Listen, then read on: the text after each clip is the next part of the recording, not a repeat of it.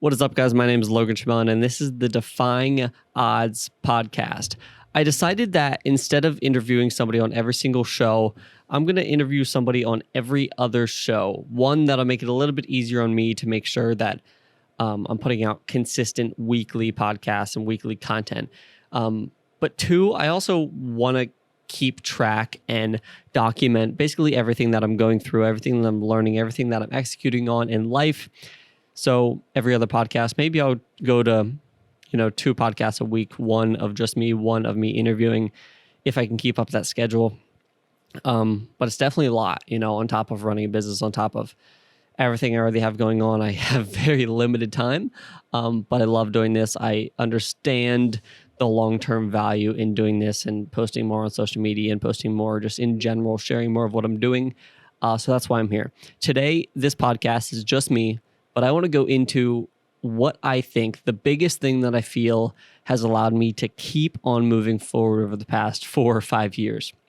So I recorded a podcast with a good friend, Adam, yesterday, and I don't think the plan right now is to not release that until after this one. So you'll see it soon in the next coming weeks. But I worked for Adam.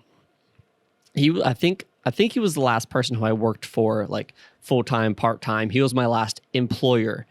And we were talking because, so much has happened in both of our lives, in both of our businesses in the past 5-6 years. And we were realizing that was only 5 years ago when he was in a, 2-car garage and I didn't even start video yet. I was working for him part-time. So much has happened. And he made it just a thought in my mind. He's like, it's surprising to me every time I talk to you, because you're always connecting with new people. You're always reaching out. You always have something else going on or connecting with new people. And I'm always just leveling up. Like this time when he came here, he came into the studio, the new studio that we just got a month ago. He didn't understand. It seemed like it surprised him. What we're doing now is a lot more of a production, and who we're serving and the clients that we're working for now is a lot more of a business. Where up until now, it honestly very well could have just been a hobby that we did on the side, but now it's legitimate. Now we're bringing on more employees and bringing on more help and bringing on more clients and raising prices and doing all these things that make us a lot more legitimate. One of them being getting an office space, getting a studio space, getting a place to record stuff like this, starting a podcast, slowly starting the process of building a brand, So I want to go into really why I feel like I've been able to just really accelerate and keep on growing over the past 4 or 5 years at a really rapid rate. And I have zero plans on, stopping, zero plans of slowing down. But I know that as I bring on a team, the processes will get slower, but they'll be a lot more consistent, I want to build a team that we can build this company over the next 10 years, not just the next 10 months. So I really think it comes down to 2 things. The first is my willingness to be uncomfortable. And that really comes from, all of the health struggle that I've experienced in my life. I really didn't have any fire for life, any drive in life until I had my first stomach surgery. In 2015, when I was 16 years old, I wrecked an ATV, punctured my intestine, went to the hospital, 9-day coma, 5 surgeries, month and a half. I think I lost 30, 40 pounds. That was a really big moment in my life, that and paired with being exposed to personal development at the same time when I was in that very bad state. Those 2 things just really opened up my eyes to what was possible, what I'm capable of in the world. And that basically took off. And then the compounding effect of not just that one big health scare, but I had 2 health scares after that. I had one where I lost a bunch of weight when I was in Florida. That I'm actually going to make I've been making social media posts about.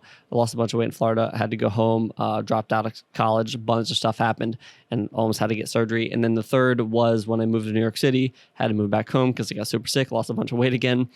And I needed surgery that time. I ended up getting another small surgery after that because I got an ostomy bag. Then I got the ostomy bag reversed. But all of those, those 5-6 years of just tremendous, health issues and adversity that I was facing on a daily basis and living with a ostomy bag for a year and a half, that was extremely, extremely hard times. And it makes me so grateful now on a daily basis because I don't have to deal with that. I still have a little bit of symptoms, but nothing like I was going through in those times. And being forced through those hard times really makes everything else in contrast feel super easy. Like hiring an employee, getting an office space, getting on more work, pitching clients, like marketing, doing anything long-term, building up an action sports brand, everything that I've done outside of coming back from those health issues has felt super easy. So when it comes to growing the business, when it comes to personal development, when it comes to me raising my standards, which is the other thing, I am very willing. I am always willing to keep making myself uncomfortable because I understand that the longer I can basically refrain from cashing in on whatever success I have, the longer I can delay success and just stay in that phase of being uncomfortable and that phase of growth, that is ultimately just going to keep on growing and growing and expanding the life that I built for myself and the quality of my life. And I said the second thing that I've always been able to do, at least since that first surgery, was raise my standards. And I think they really go hand in hand where I'm, one, willing to be uncomfortable, and two, have to raise my standards. And it's something that I keep on doing. And those two things, just I feel like I've been pairing together, and it really has just accelerated my life. And, now I'm at a place where, I'm still back home in Lancaster, Pennsylvania, but I'm working with 2-3 employees. We have a studio, we're working with so much bigger clients. We're really expanding, and I'm expanding just what I know I'm capable of. And I really, really believe that this is only the beginning. So I want to go into some stories of different times when I made myself uncomfortable and when I raised my standards, and just kind of talk through how they really helped me. And the first time that I know of, the first big thing that I've ever done to really make myself super uncomfortable and really raise my standards all at once was I was attending a Tony Robbins event, and it was Unleash the Power Within. It's his like intro event.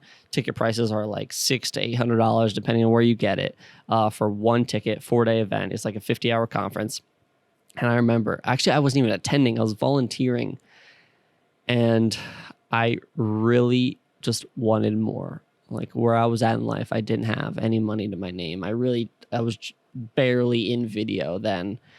And I think up until that point, I was only I think I made like $10 or $12 or $15,000 in 1 year through video. And that's all I was doing.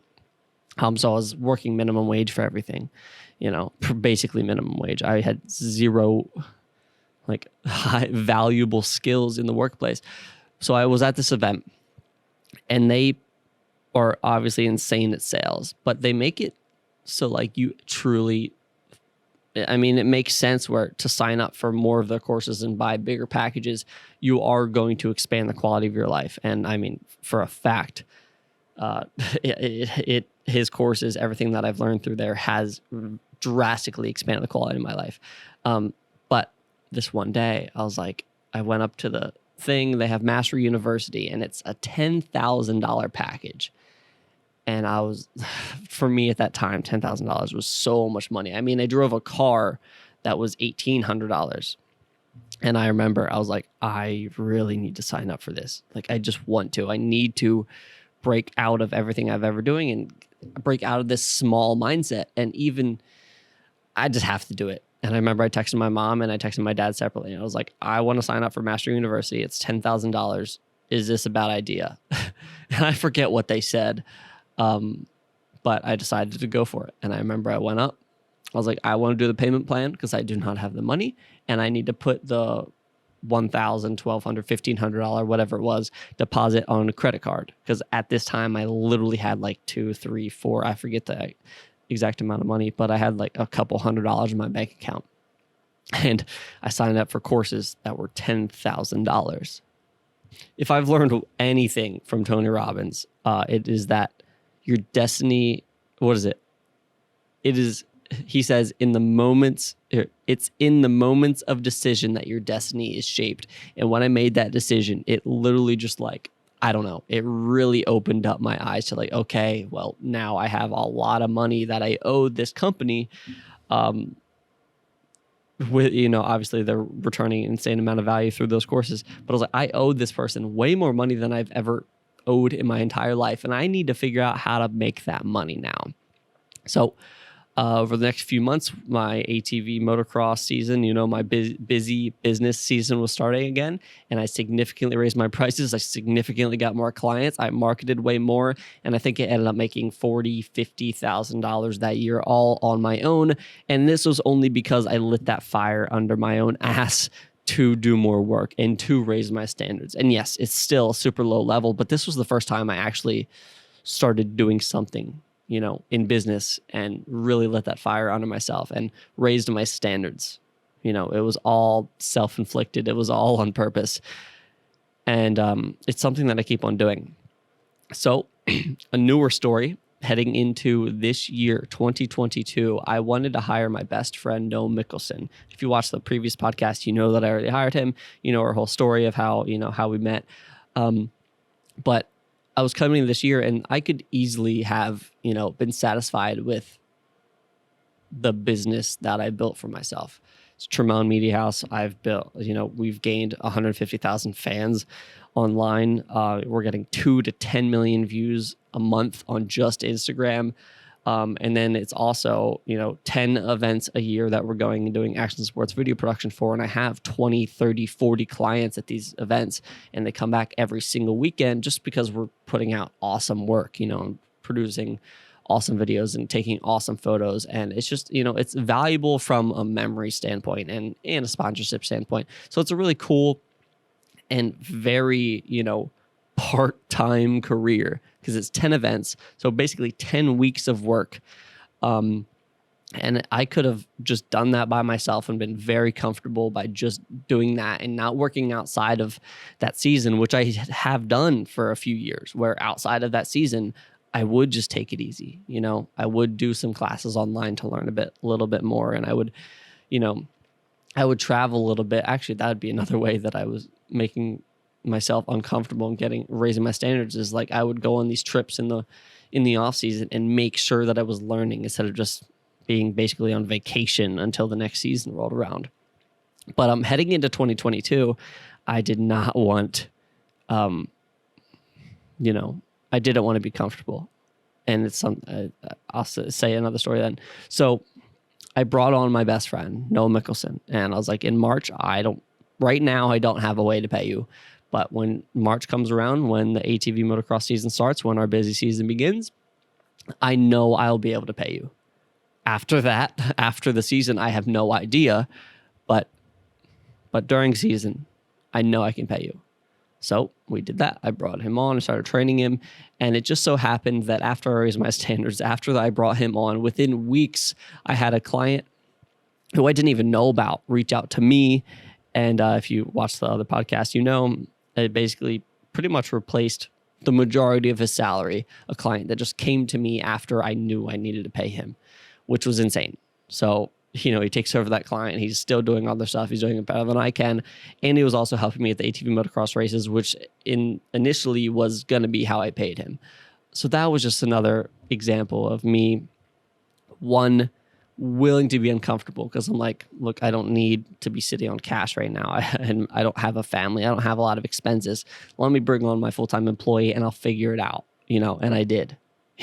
When I made myself uncomfortable intentionally, it forced me to raise my standards, and it forced me to find new ways to make money, and it forced me to have this business, not just for myself, but for the small team of people that I really, truly care about. And then that heads into the next one. The end of the season, 2022, the end of this year, literally a month ago from the time I'm recording this, the season was coming to an end. We had, ATV motocross was wrapping up. So that's our busy season. That's when we have a lot of cash flow and we can afford big expenses, and I can afford to pay him and all that stuff. And, we have that one retainer client that Noah edits everything for, that he edits everything for. And then we had a few little commercial, retainers on the side for local businesses. And I knew, I was like, look, if I head into the season and I don't need to make more money, then I won't. And I will have a lazy off season, and in the past 2, 3, 4 years, basically every year previously, I make significantly less money outside of that season. It makes sense. I knew that I didn't want to do that this year. So what I did is I was like, look, Noah, I know that we're not going to do a lot of work if we don't make us. Like, I need to make us do work, and I need to make us grow. And how I decided to do that was to, 1, create a dream into a reality, and 2, create a significantly larger amount of overhead for myself and for the business. So yes, I was already paying Noah, and yeah, we have some expenses, gear. We have just a bunch of like gear, computers, subscriptions, all the stuff online, just general business expenses. But I was like, I want more. I want to really get outside of my comfort zone. So I started checking out office spaces, and I was like, let me be conservative. I was like, I don't need to spend $500 a month on an office space, but it sounds cool. And I'm like, instead of thinking out of the mindset of like, I don't need to spend this money, let me think of, if I get an office space, if I need to, or how can I pay for an office space? So I changed it from like a scarcity mindset to a abundance mindset. Like, what do I have to do to pay for this office space? What kind of work do we have to do? Where do I need to put our prices?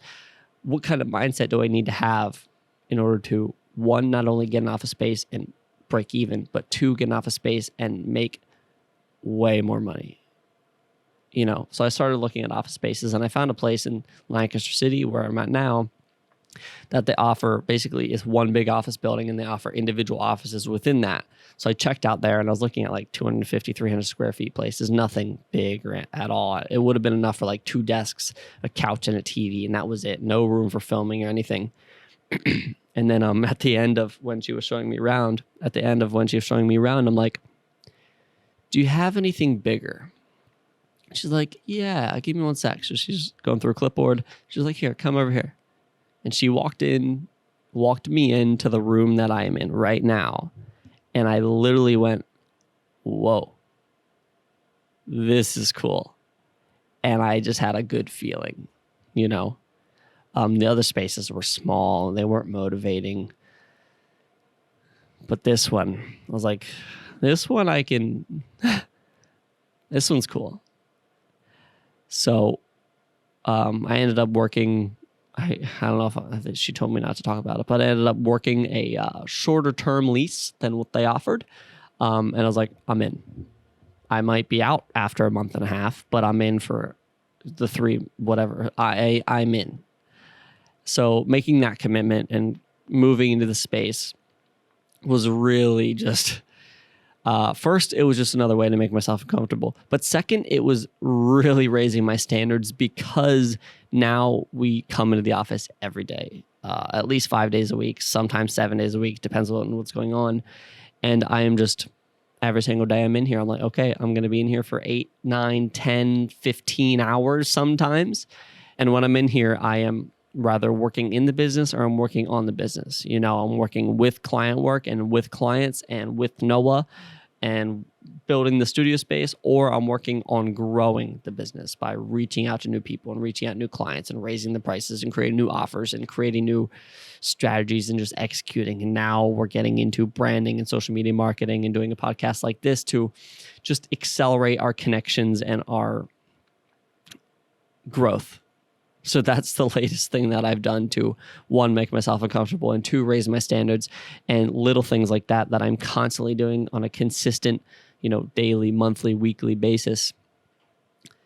I feel like that's the main reason why I'm at where I'm at, and why I'm going to keep on growing and scaling, is because this is only the very beginning. And I am not scared at all the fact that we're heading into a down times financially. And I know that next few years, next 5 years are going to be tough with the economy, with where we're at in business as far as just growth issues. But I really, really think that what we're doing here, what we're offering here, can be a multi-million-dollar company.